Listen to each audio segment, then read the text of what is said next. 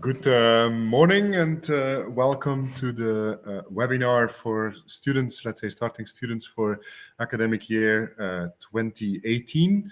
So next to me is Marlene Roelofs and I'm Tim de Pre, and we're both at the coordination office of the IMBRSea program here in Ghent.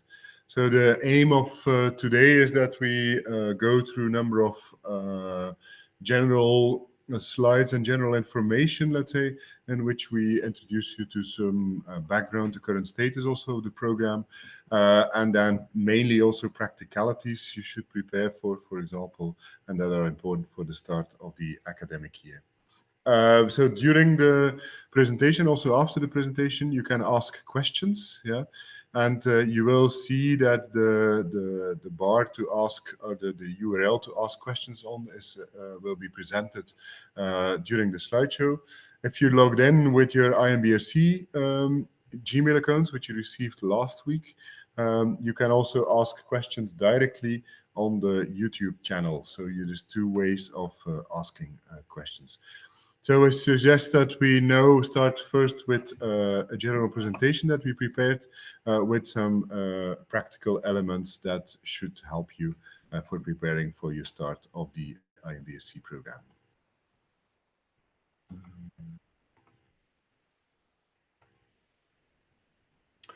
So here at the top, you can see where you can ask questions. So it's this URL, goo.gl/slides/3unxqz. So that's the URL where you can ask questions regarding this presentation.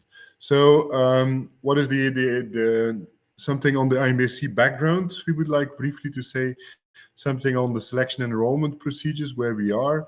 Then something on the mobility in the program, because mobility is an important element in IMBRSea. Some explanation about the joint activities of IMBRSea, and then mainly also practicalities in the coming months, and of course also room to ask questions, and where we hopefully will be able to provide an answer. So first, something on IMBRSea, as explained also on the website and also in the introduction webinar that we gave for applicants, for example, IMBRSea is a follow-up program, a master program that started for the first time last year in 2017, and which originates from the former EMBC Plus program, which is formally ending now this year in June, at the end of June. So we started with organizing a joint program in the context of marine bioresources and biodiversity in 2008. And since we had, let's say, only in the EMBC Plus program, we had around 450 students. And if you add on the IMBRSea Student program, for example, it means that we are over 500 students now that have studied in this program. So you can state that this consortium of universities has quite a long tradition in organizing joint programs. Now, important with IMBRSea is that it's connected to the EMBRSea research infrastructure. So if you, EMBRSea is the European Marine Biological Resource Center, which is a network of marine institutes all over Europe that join forces in developing the most up-to-date research infrastructures. They focus on a number of thematic areas, which are very close to the thematic areas of the IMBRSea master program. So you can state that IMBRSea is kind of the flagship master education program of this research infrastructure. The advantage for you as students will be and is that you have immediately access to top infrastructures regarding marine biological resources. Now, IMBRSea in 2017, maybe good to show you this slide. We have in total around 95 students that have started the program last September. And here you see a bit where these students came from. A lot of them came from Europe, as you can see on this map, but also other countries are quite well represented. Now, about your cohort of students, 2018. So this is a bit, shows you the map, maybe a difficult map to interpret because the colors are slightly different.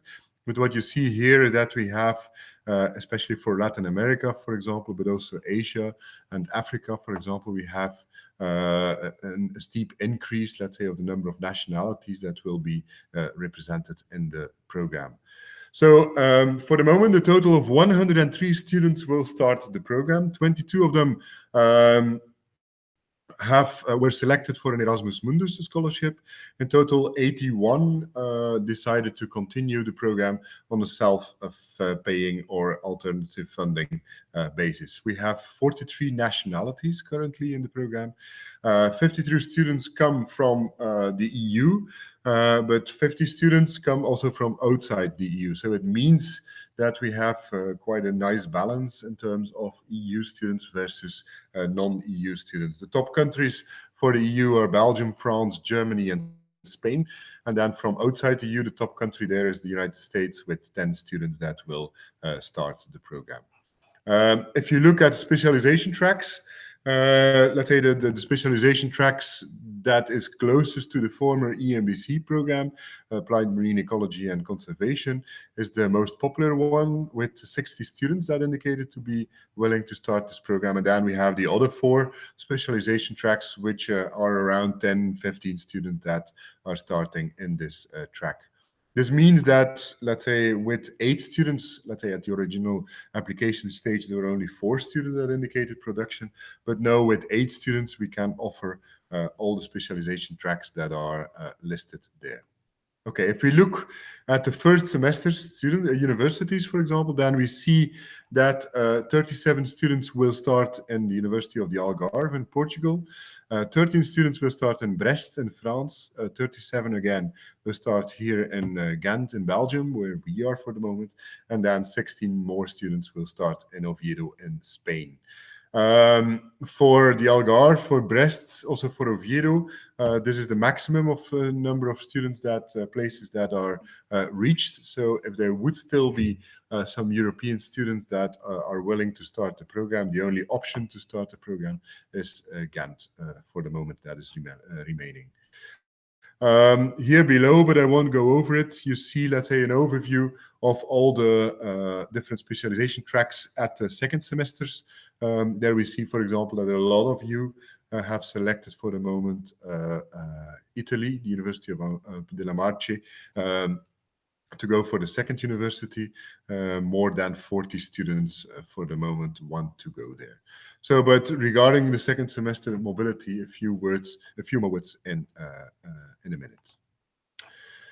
Okay, IMBRSea, this is a map that you can also find on the website of IMBRSea if you go to the partners overview. And there you see a whole range of dots with lots of numbers on it. Maybe important is that the orange numbers are the universities where you will study, and also the universities that will sign in the end your joint diploma. You see number 1 is Ghent. Then we have number 2 is a bit a strange one. That's UPMC or University of Sorbonne Université. But the study doesn't go, let's say, mainly at UPMC, at Paris, sorry, but at the marine stations which are hosted at Banyuls, Villefranche, nearby the Mediterranean, and Roscoff, which is nearby Brest, also another partner university. So then number 3 is University of the Algarve at the south of Portugal.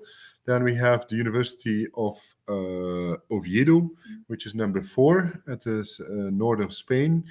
We have Galway Mayo Institute of Technology, which is hosted in Ireland. Then number 6 is the University of the Basque Country, also in the north of Spain. Then we have in Ancona, Polytechnic University de la Marche. And then in Norway, in Bergen, we have the University of Bergen University. And then finally, we have University de Bretagne Occidentale in Brest.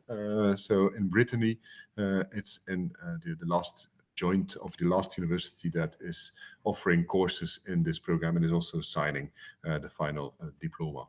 All the other dots And that's a growing list of dots are the associate partners to the program. So for the moment, there are around 60 kind of confirmed ones. And there's another list, quite a long list of pending universities or institutes that are still in the process of signing the bilateral agreement. These are the institutes that you can visit for example, professional practice or for thesis work.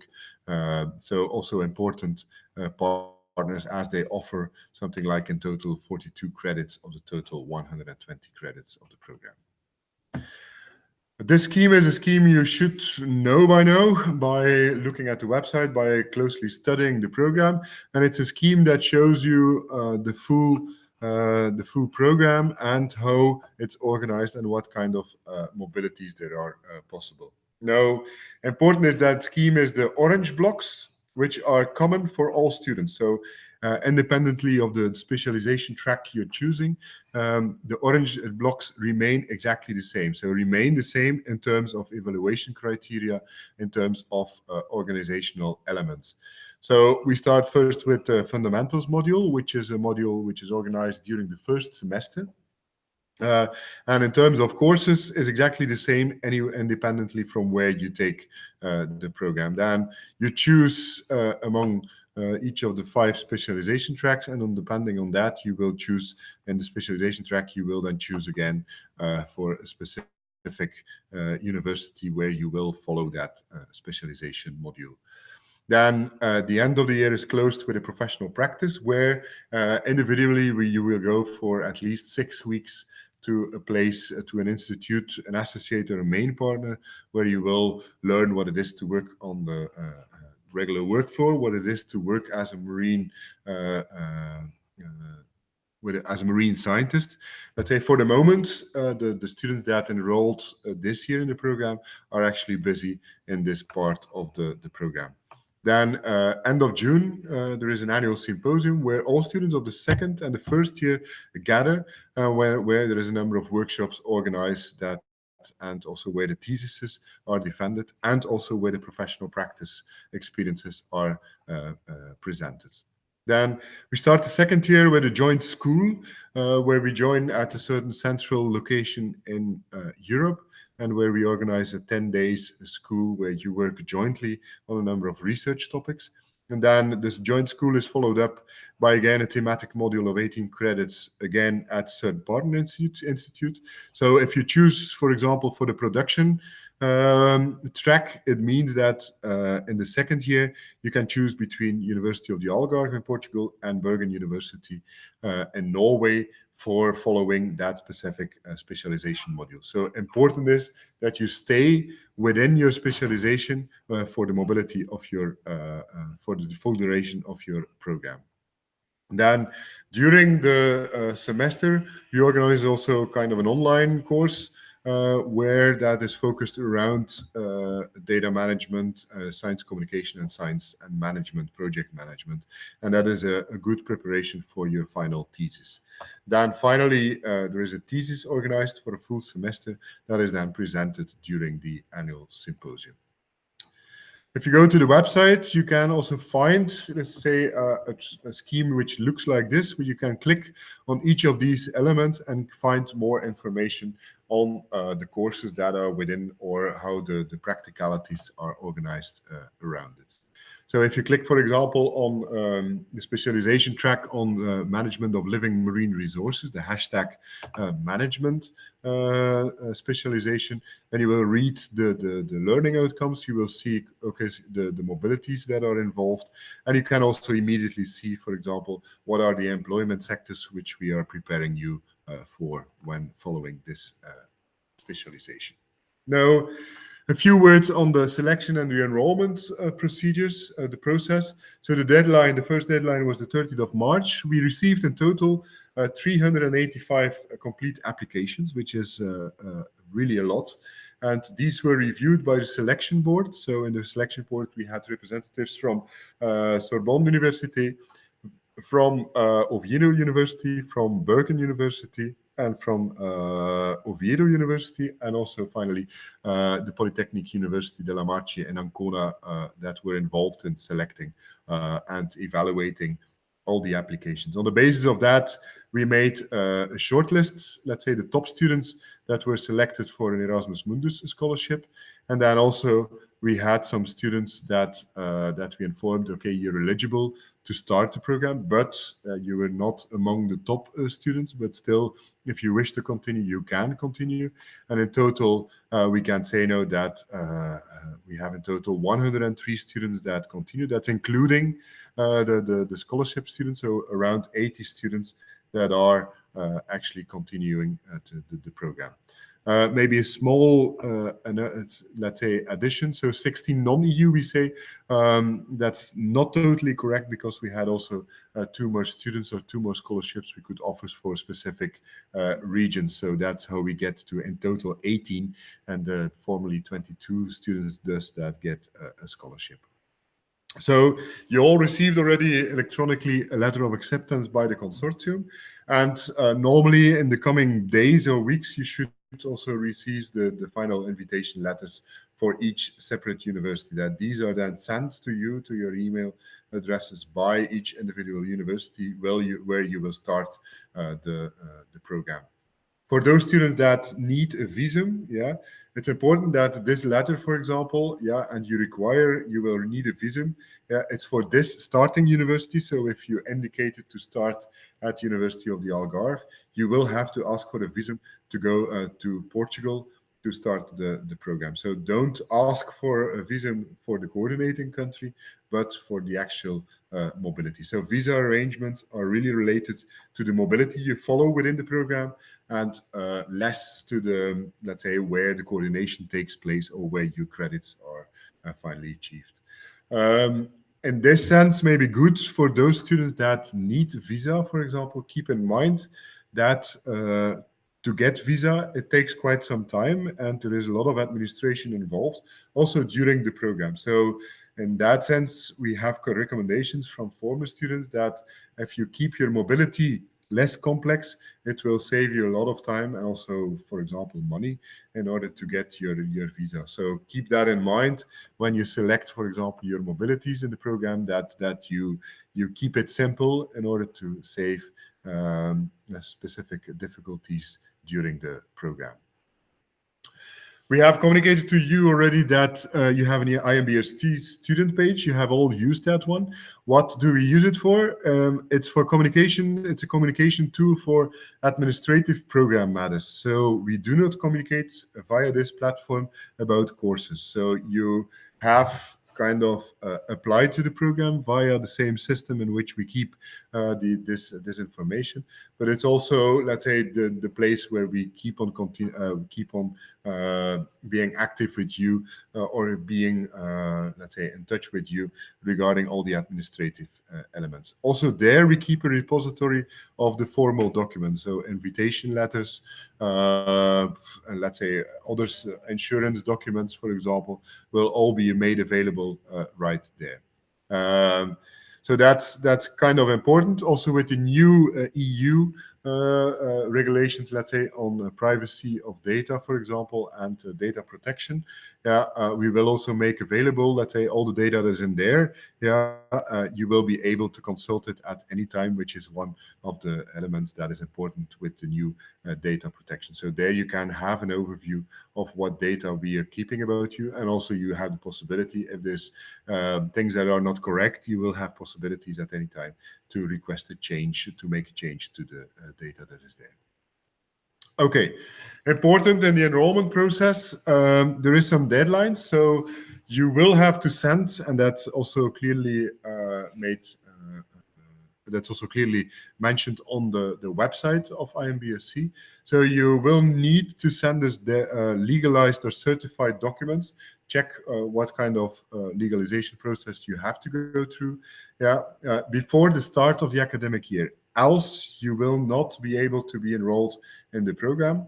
In case, for example, you're still studying in a certain program and your diploma is only available, let's say, in a later phase, you have to communicate this with a formal letter from the university where you're studying at, yeah, that with indicating the date at which the diplomas and the documents will be available. This is just to prevent that we enroll, that universities enroll students that are formally not allowed to study in Europe. So that's a requirement by each of the universities. So please keep this element in mind, because else in the end, for example, if something happens on this, we will simply not be able to award you diploma or to let you study in the program. So for the non-EU students, Monday the 15th of May was announced as kind of the deadline. We received already quite some emails from different students that this is not possible. There's a delays on that. That's good that you inform us about that. Then we can track that also in your file. But please, at latest by the 1st of June, give us an update or send us the documents so we can go on with your enrollment process. For all EU students, there is a bit more flexibility allowed there as soon as possible. So if you have the documents ready, just send them. Then we can continue with your enrollment procedure. But also at the latest, at the start of the academic year, we need these documents. For those students that are on a self-funding basis or an alternative funding basis in the program, you already received the 1,000 euro first invoice, which is a non-refundable invoice, and the payment has taken place for all of you. That also, by paying that invoice, your place is secured. For those students that have a scholarship, your place, of course, at the first choice of the first mobility, for example, at the first semester, is also secured by having a scholarship. The second part of the invoice will be sent out. The guidelines to pay it will be sent out this week. And the payment deadline for this part is as soon as possible, or at the latest the 1st of August. So if you did not receive the payment by the 1st of August, we will consider you as a cancelled student. And so, so please, as soon as possible, just make sure that you continue in the program.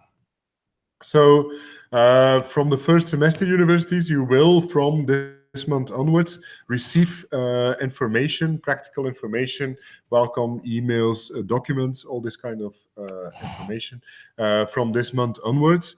So if it did not happen yet, you can expect this week or in the coming weeks. For example, the University of Oviedo already sent a message to all the students that will start there. We also have created an IMBRSea email account for you after you have paid your first invoice. So you received last week an email about that. For some students, we get some questions to have an update on that. So that will be processed today or tomorrow. So the generic email address will be firstname.lastname@imbrsea.eu. This is also the email address that will be kept up to date for the whole duration of your studies, and also at least 1 year after you have finished your studies. So you can stay in touch with each other in an easy way, and also with us. So this email address is an important one. It's based on the Google G Suite, so it's kind of a Gmail. Means also by activating this email address, you have immediately also access to an online cloud drive where you can store up to 1 terabyte of data. So it's a kind of a nice add-on. And also it offers you a number of tools where you can easily collaborate or have video interactions, and that is a thing we're using quite a lot during the program. So mobility in IMBRSea, quite important. I think that we just go through this one again. So first semester mobility is something you decided in the past months at application, and that is confirmed by your scholarship or by having paid your first part of the tuition fee. Then your second mobility, which is the second thematic, the first thematic module, which is organized from somewhere January until Easter of next year, is also you indicated now already where you wanted to go. There we allow for minor changes until the 1st September of this year, of 2018. So if, let's say, you decide, for example, at the start, where you have, after you have talked to us or more students or teachers, for example, to make a slight change in this is still possible until September. The professional practice is the next possibility for mobility, which is organized from Easter until the end of June of next year. This will have to be decided by the 1st of November of 2018. More on the professional practice in a minute. Then the semester 3 thematic module.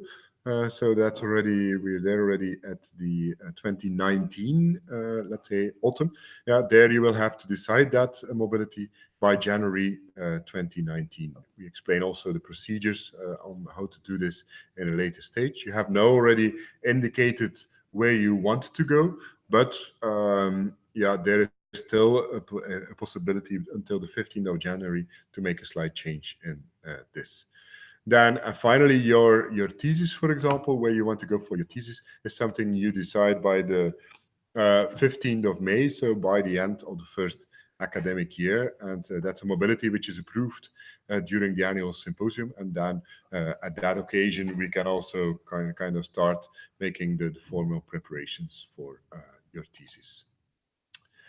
Okay, I will quickly, and I already explained a lot of this, the practicalities of these joint events, but I would like to go quickly through these joint events, so all the orange blocks, and explain a few more words, let's say, on practicalities or important elements in them. So the fundamentals module is organized at UGent, at University of Brest, University of the Algarve, and University of Oviedo, and contains a number of courses that are exactly the same independently where you follow them. So the content and the outcomes of the course are the same. However, depending on where you are, of course, they will use local examples or local excursions. So there is a bit of difference on this element. So there's a 3 ECTS course on marine policy and governance. There's one on marine genomics, one on quantitative methods and marine science, oceanography, ecology, marine ecology, GIS, and spatial planning. So these are the common ones. And then depending on the university you go to, there is one transferable skills course of 3 ECTS, which you can select on top of that. For example, in the Algarve, they include their diving courses, which are, if you follow them, let's say on a paying basis, but they also have separate other courses. So the diving course is not included if you select that one, because it's quite an expensive course if you want to follow it. In Ghent, for example, there's a course on digital imaging and graphics design, and University of Oviedo, there's a practicum of 3 ECTS where you get some practical skills. So there is quite a diversity of these transferable skills courses.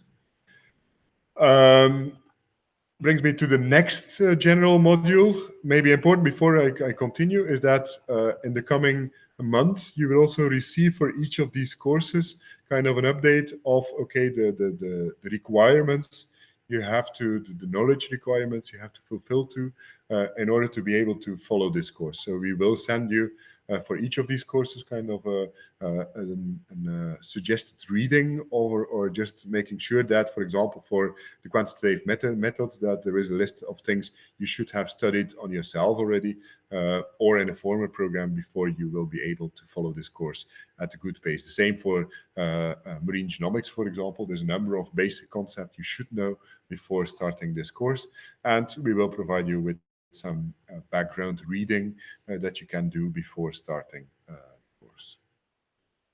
Then, after you have followed your first thematic module, there is a professional practice for 12 ECTS. And what we do there is we make available, we do a questionnaire in the whole consortium, so all the institutes that are in the program, so the associate institutes included, and we ask them there for a list of topics where they say, okay, we wish to invite or receive a student that comes and work with us for a period of 6 to 8 weeks. These very variable topics, going from really scientific research in which you assist to communication, science communication, to working in a company, for example. So there's a lot of diversity in this. So the professional practice is then executed before the annual symposium, so between Easter and the end of June. And so we have a list of topics available the 15th of October, and the whole thing is evaluated via an online portfolio. So a portfolio in which you at regular basis have to show proof of the things you are doing. So the current students, as I mentioned already, are busy with this element of the program right now. So the annual symposium, it's you will have to attend 2 of them. It's the kind of most important networking event of the whole of the program. And so it's a 1-week event at the last week of June, where we start with 2 days of thematic workshops and then followed by 2 days symposium, where there are presentations of your experiences, but also during the professional practice, but also all the presentations of the theses that are by the second-year students presented right there. There's also a lot of thematic meetings, board meetings, university thematic meetings, but also meetings regarding the summer school. Thank you.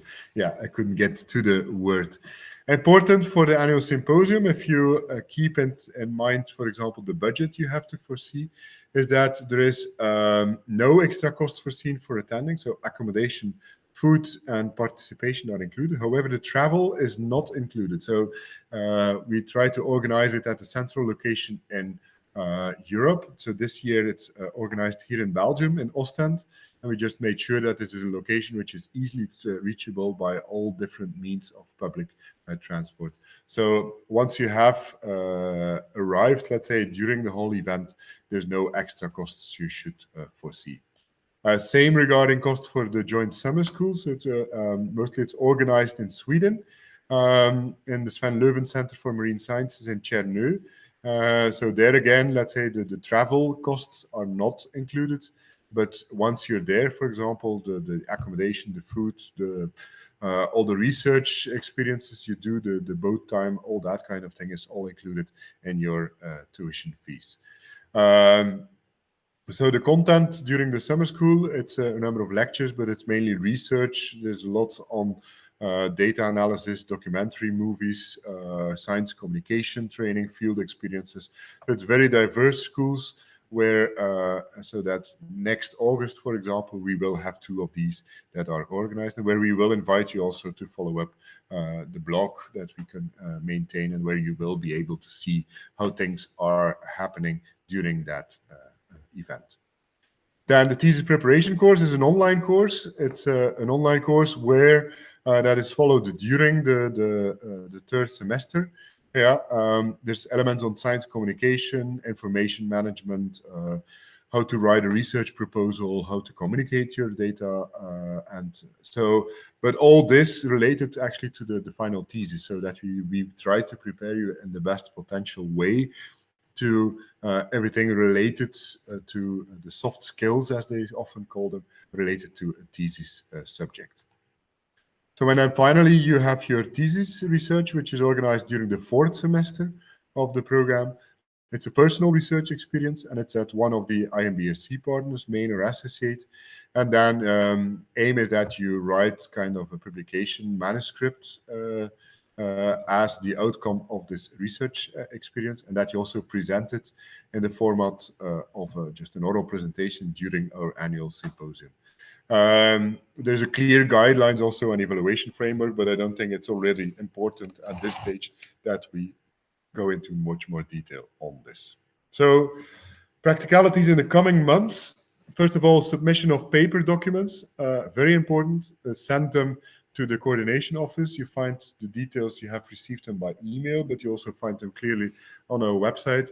Mention very well on these envelopes that it's addressed not just Ghent University, but really the IMBRSea Secretariat coordination office that we have here in Ghent University. Prepare for your visa. If you go to the website, for example, and you go to the partner section, there you will find for each partner, so depending where you go to, more specific information regarding the visa. You will also receive then information about each, let's say, partner university that you will visit. So in the or you have received it already, or you will receive it. And also, if you go to contact on the website, you find all the contact details of the local coordinators. So for each university, we have a local coordinator that you can contact for practicalities regarding to that specific university. We advise you, if you contact the local coordinator, to put always the info@imbrsea.eu email address and copy.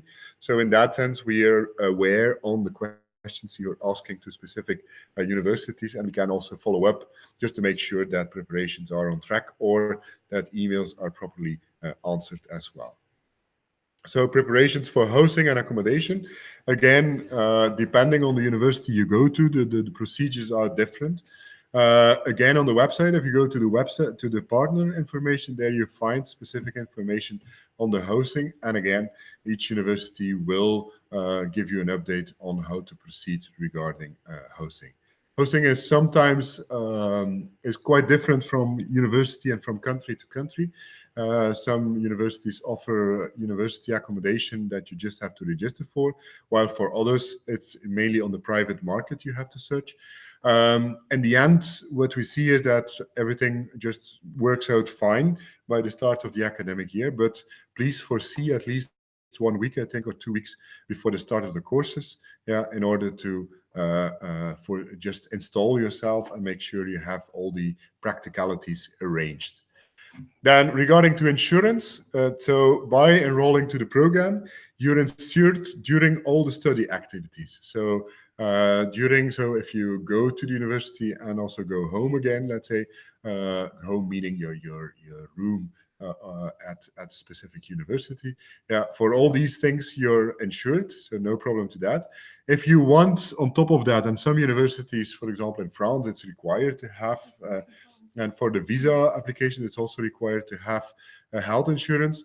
Then we have foreseen via Ghent University a health insurance that covers all, let's say, the typical health and accidents, and it's also compliant to the rules that were set by Erasmus Mundus at EU level. So it's a health insurance which is valid all through Europe and also in the world where you visit during your study program.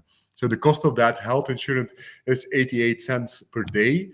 On the website you find more information, and we will also add today or tomorrow a form on the website that you just complete, and that we on the basis of that form that we can forward that to the health insurance company that is will then provide you with the information. So you will have to pay, of course, separate for that, but again, that will happen in the same way as you have paid for your regular tuition fees.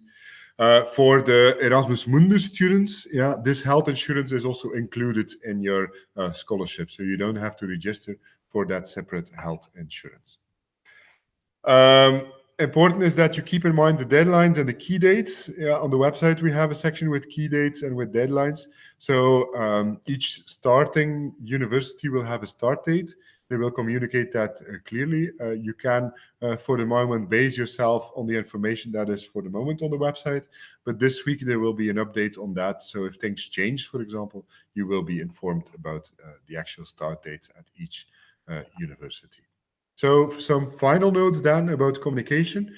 So if you want to reach us regarding IMBRSea matters, please use always the info@imbrsea.eu email address. That's a email address that both Marlene, that both me, and let's say other people that are in the coordination office have access to. And always mention your IMBRSea number 2018, and then with a specific number behind that. If possible, restrict yourself to one subject per email, because that allows us in a much easier way to follow up the answers, and if something has to be done on a specific element, that we can kind of provide, or can we do the research and the follow-up on that specific issue. We have a Twitter account, which is at IMBRSea, quite easy to follow it up. And we also have created a number of email lists. So these email lists allow you to communicate with the students that have selected the same mobility as yourself. So if you send an email from your IMBRSea email address, not from your personal address, for example, to 2018_Ghent @semester1@imbrsea.eu, you will immediately send an email to all the students that will start at Ghent University. There's of course also a Facebook page, a Facebook group that you can register to. There are also a lot of first year IMBRSea or current IMBRSea students in that. I think most of you have already asked for permission to join that Facebook page. However, keep in mind that we do not use Facebook as the formal communication channel. So the formal communication channel is the email address. Yeah. So from now on, because you have activated your IMBRSea email accounts, you can start using these email accounts as well. We will also provide you then with an update on the Google Drive. We will step by step also make available additional information, let's say on course background information, for example, or reading or interesting documents that are important for you. Voila. So now it's that's a bit the end of this presentation. I think now we get to the most important section, which is answering questions that are coming in via the chat. So I will close this presentation, and you can still keep on asking questions on this address here. And so we will try to answer the questions as they come in. Okay. So let us get to a first question that came in via. We will see if we can project the questions. It's indeed a good idea.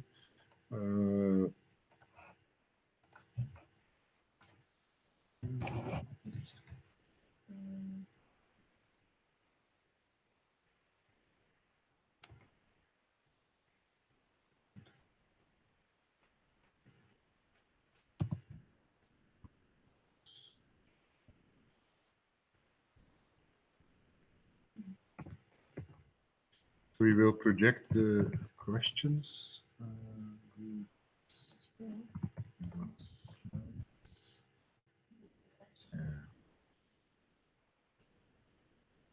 Sorry for this inconvenience.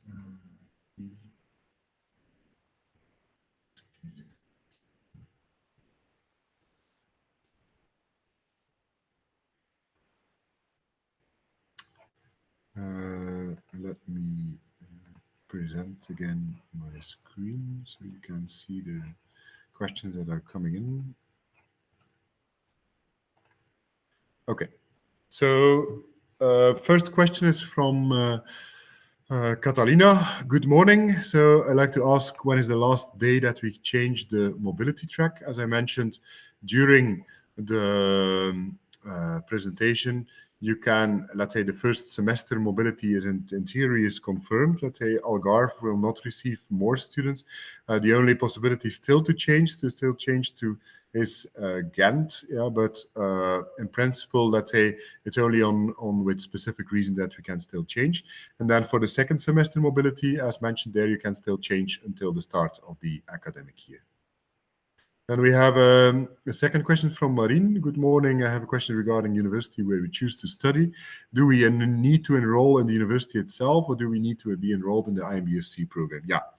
It's a good question regarding the enrollment procedure. So you all register and you enroll to IMBRSea program as a whole, to Ghent University as coordinating university.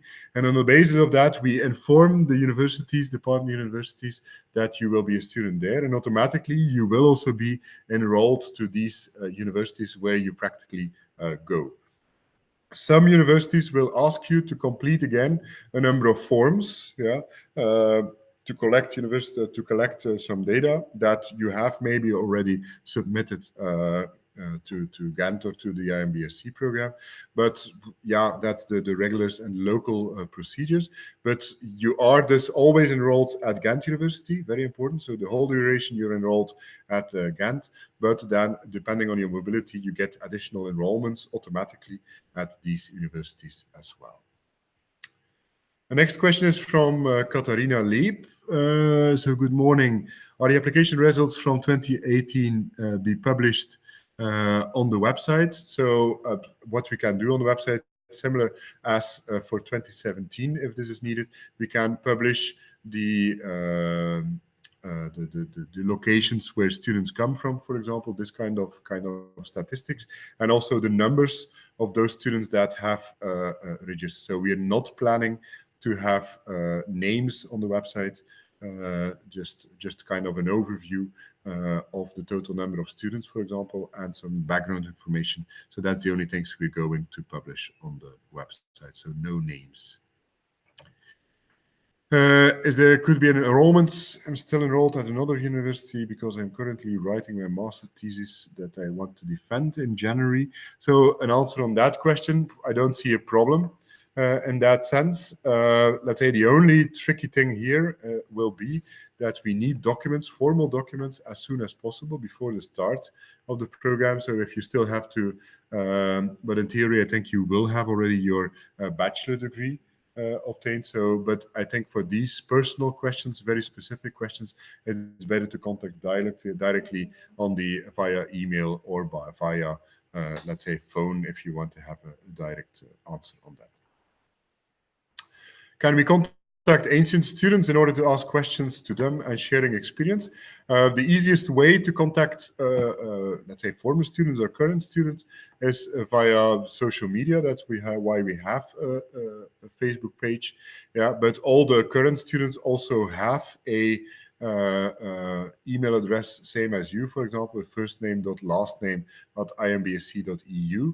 And if needed, for example, we will also ask, let's say, the current students who would like to be a spokesperson to respond to specific questions. But the easiest solution would be to do it via, for the moment, via social media. We just want to make sure that we don't provide information about the current students, let's say names and contact email addresses, for example, if they do not agree to that. So that's why we don't share the full contact details of all the current and ancient students. Okay, next question. I saw that for the second mobility and management for Oviedo, there are only 2 students. So will this still be possible for a mobility track? We indicated that until 1st of September, let's say for the start of the academic year, you will be able to change your mobilities. Let's say some universities, let's say the number of students that are going there is still very low. That's correct. And so we have to check with each university, okay, to see what is feasible and what is not feasible. We will do this at the latest, let's say, to indicate this at the latest by the start of the academic year. So don't book your tickets yet to go, for example, to Oviedo. We will see often, let's say, what happens is that a certain local module is organized jointly with a local study program. And in that sense, if there's only 2 or 3 students, it's not problematic because it's organized with together with local students. For example, in France, this is also the case. When is it recommended to arrive for the first semester? Let's say each semester, what they will communicate on the website is the actual start. Yeah, the first day you officially have to show up at university during a startup meeting. During this meeting, there will also be somebody from the coordination office present there. So you will be able to meet us as well. And we recommend you to arrive at least, I would say, 1 week prior to that in order to make sure you have arranged your accommodation and all these kind of practicalities that are involved. So it depends a bit from where you go and whether accommodation is foreseen. I think that it depends a bit on the information you receive from the local university. Official documents regarding admission. Yeah, you're a scholar student, that's true. So we're still waiting from the EU. Yeah, the EU, we're still waiting for the formal letters. We have asked them already several times to send us these letters. So we hope this week, as soon as we receive them from the EU, we will forward them to you as well. So we're waiting for these letters that come from the EU that they indeed a scholarship student. Are there subjects to proposed for the professional practice in year 1 like there are for the master thesis, or do we have to look at for ourselves? For the professional practice, you will get a catalog of subjects. Yeah. What we could do, this will maybe help already, is that we can make available an overview list on the Google Drive that you will have access to, yeah, where we show the catalog that was published for last year. So for the coming year, we had in total something like 240 subjects for professional practices. So there's more than enough offer. And these subjects were taking place, let's say, in Europe at partner universities, but some students are now in Australia or in the Seychelles or, let's say, anywhere in the world doing this professional practice. So you don't have to look for the professional practice topics yourself. You select always from an existing catalog. For the master thesis, you have, of course, more freedom to design a topic yourself. Yeah. Next question is from Ines. I would like to apply for the insurance, or if it's not mandatory. So if you have a health insurance yourself, yeah, that is European health insurance, for example, that is compliant to the rules that, for example, for visa, you don't need that additional health insurance. Yeah, but in case you say, okay, want that health insurance, so the police and the things, what is covered with it, it's written on the website as well. There's a document that you can download. It's quite a good health insurance. That's what we know. That's covering a lot of things. Yeah, you're free to do so. Just make sure you're, if you need visa, for example, that you're compliant with the rules of the visa you have to answer to. Next, is it possible to find a place for the thesis with a partner outside Europe? A question from Marine. Yeah, of course. We have every year a lot of students that go outside Europe to do their master thesis. We have lots of partners, also more and more partners in every continent. So at these partners, but even you can propose a partner yourself if it's not a partner yet of the IMBRSea program. We will explain you later on how you can do that. But in that case, it's important, for example, that the partner will have to sign an agreement with the program where they obey to the rules of the program. So sometimes that can be a time-consuming part of the whole process. So no problem to do a thesis also outside Europe. Next question. Is it still possible to change our specialization track? Answer is yes, it's still possible.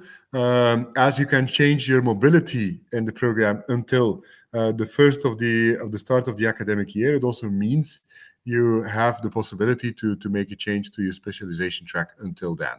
So that's a way to easily that's maybe an answer to the question. At the start of the academic year, however, we would like to know what your specialization track is, because also that's how you're enrolled in the program. So you're enrolled within the program within a certain specialization track. So during the studies, for example, changing this is not advisable. I don't know whether there's more questions.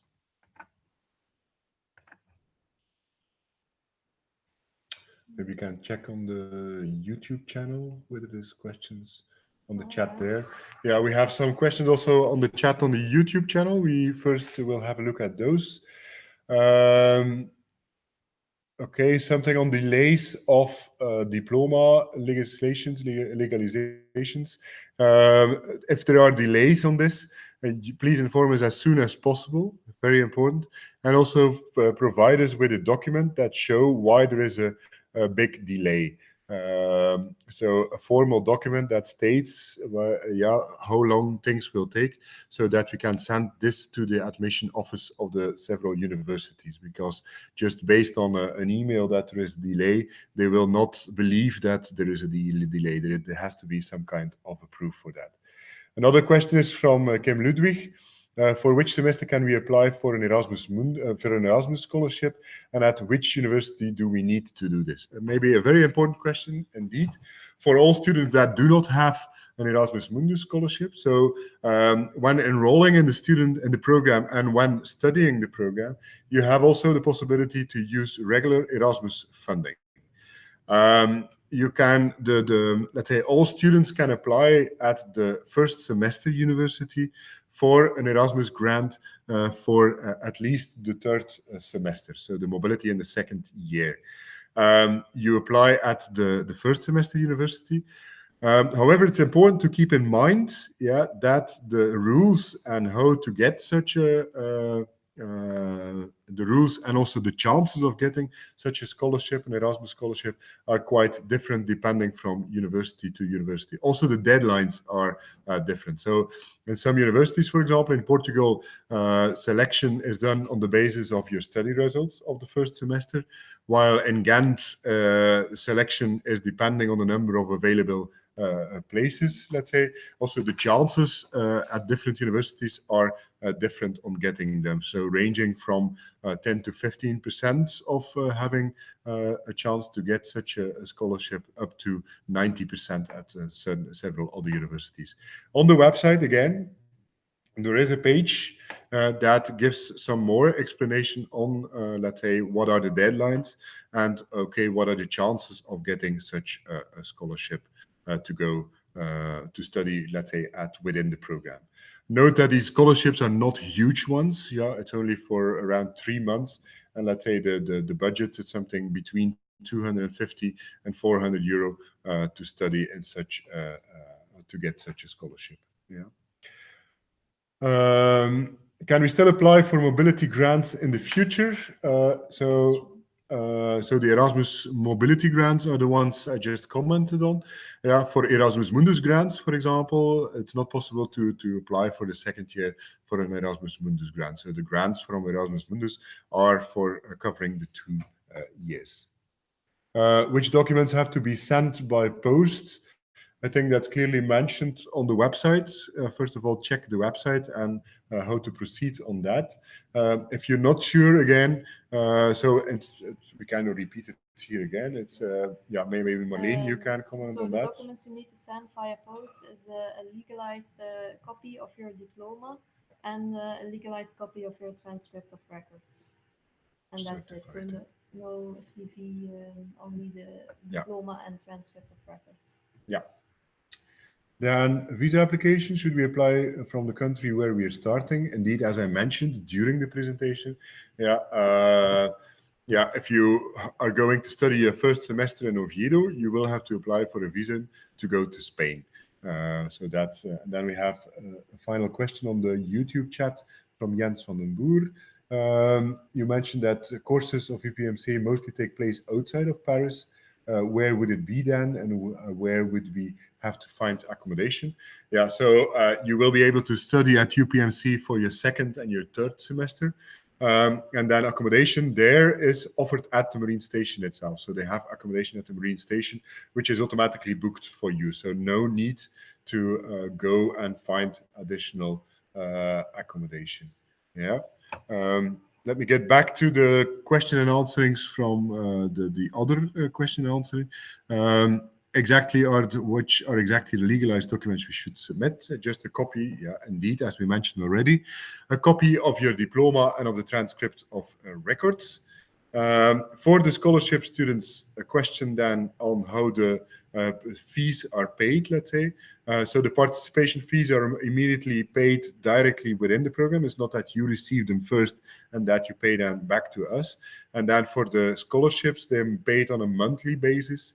So every month you will receive your scholarship on a European bank account. So once you're in Europe, you will have to open a European bank account, and then that's the bank account where you will receive your scholarships. Okay, let's see if more questions are coming in. Another question regarding delays from Stanley Moore on the YouTube chat. I'm still having delay in legalizations.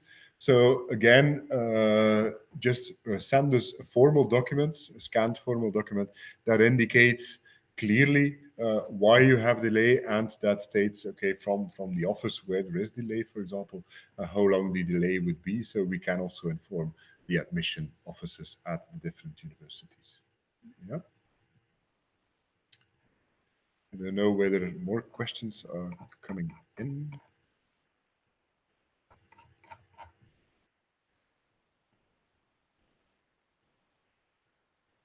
Do we need to submit a proof of residence? A question from Lily Bovim. The proof of residence is something related to scholarships. It's correct, indeed. So we do not have to submit that to Europe, yeah, but we can get questions from Europe, yeah, about this proof of residence. And at that time, we have to be able to show to the European Commission that indeed you are fulfilling the rules of the scholarship at the moment you applied for the scholarship. So at the website, you can find enough information about what is a proof of a resident. It can be a water bill or electricity bill, or kind of clear indication of a formal document that you live at the moment of application outside the EU, for example, if you applied for a non-EU scholarship. Then we have a next question. Regarding the accommodation, the question is, how could we find accommodation and ask for accommodation? First of all, I would advise you to check the website of IMBRSea and go to the partner section. Maybe I go to the website, that's easier. So if I go to the website, IMBRSea.eu,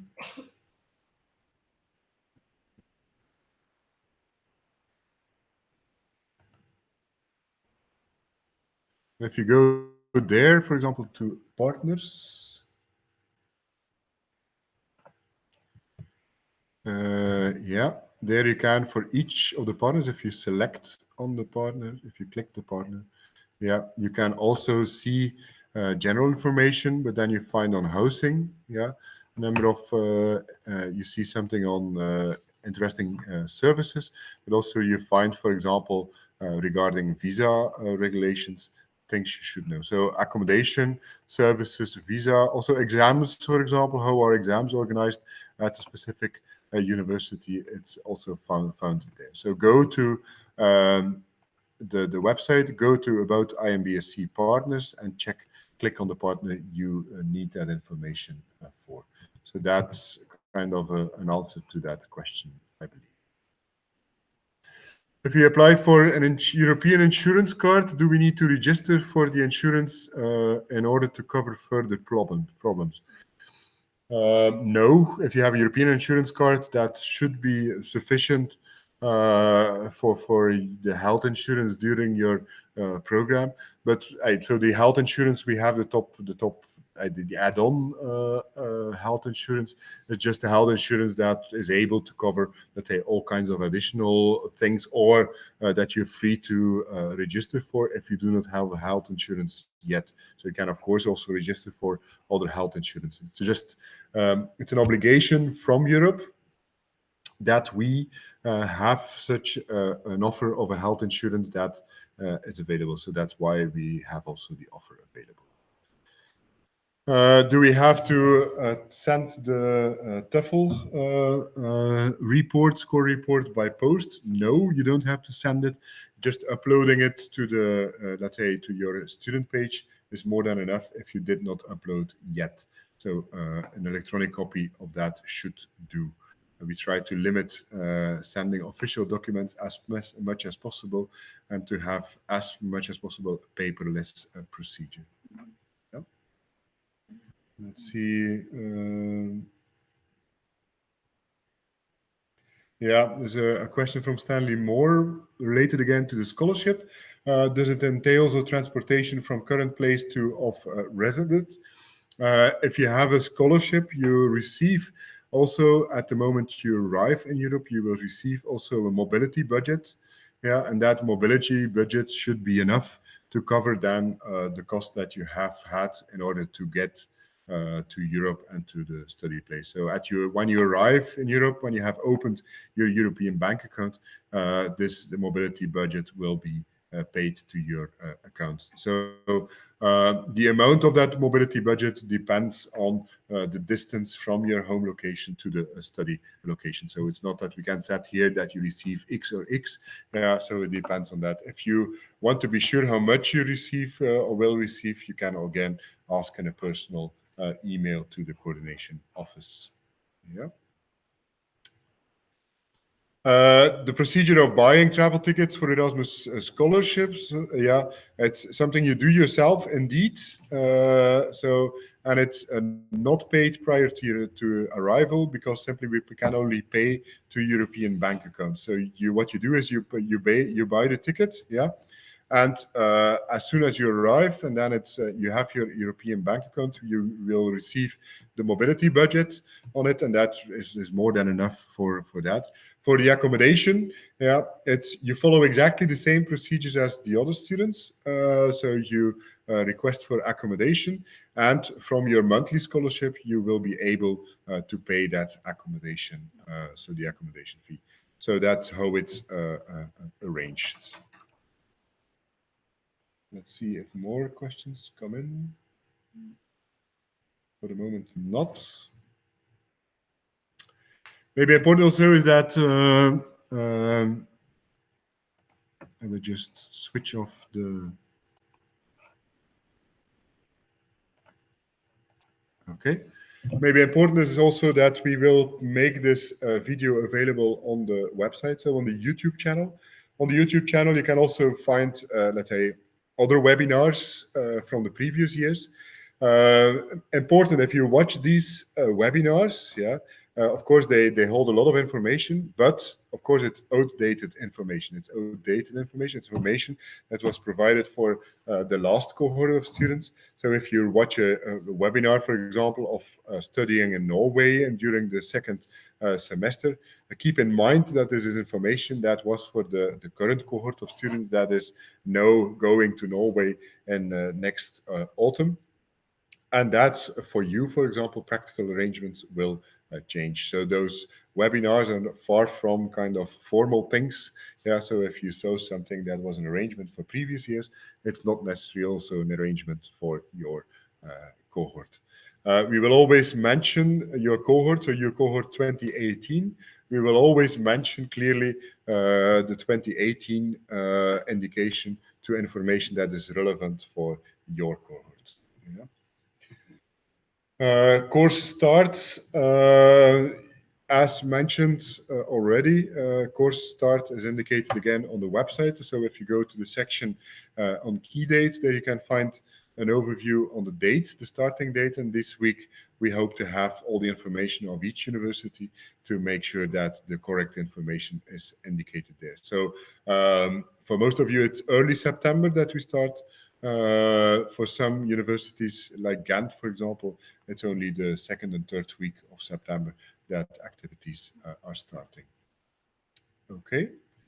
So I think as we do not receive major questions anymore, I think we can conclude this webinar here. We hope that it was useful to you, and we hope to see you soon in the coming months, or to be in touch with you in the coming months, and to, of course, to meet you in person early September at the start of a new edition of IMBRSea. Thank you for watching, and see you all very soon. Bye-bye.